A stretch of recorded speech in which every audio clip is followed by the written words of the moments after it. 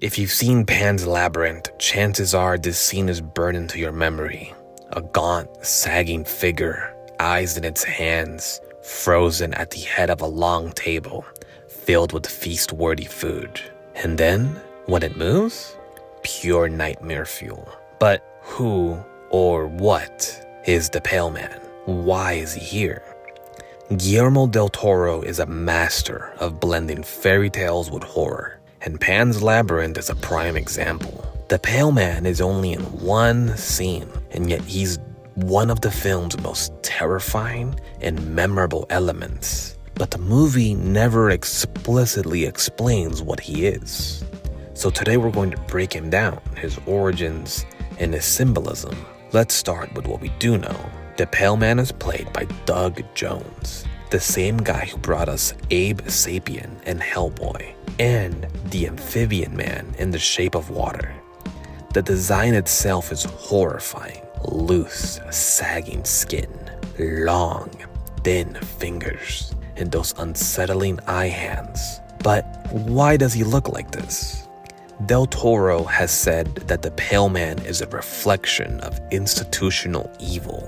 He was directly inspired by Francisco Goya's Saturn devouring his son, a painting of a grotesque, godlike figure consuming his own child. The Pale Man sits in a grand hall, a massive feast before him, yet he remains emaciated, suggesting greed, gluttony, and corruption. So what does he symbolize? One of the strongest interpretations is that the Pale Man represents fascism, specifically Francisco Franco's rule over Spain. Remember, Pan's Labyrinth takes place in 1944, during Franco's dictatorship.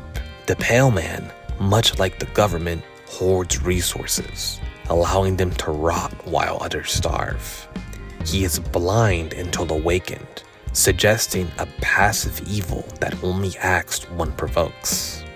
The parallels to Captain Vidal, the film's antagonist, are impossible to ignore. Both are figures of power who maintain rigid control. Both enact violence upon the innocent, and just like Vidal, the Pale Man is a monster in human form. Fairy tales are filled with creatures like the Pale Man.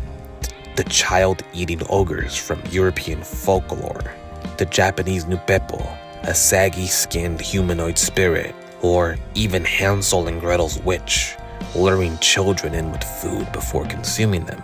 The Pale Man is an echo of these monsters, a reminder that fairy tales have always had an element of darkness within them. Ultimately, the Pale Man is more than just a monster.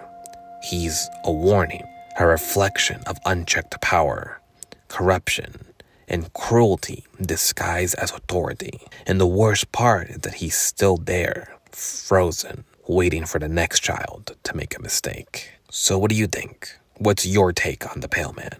Does he symbolize something else? Let me know in the comments.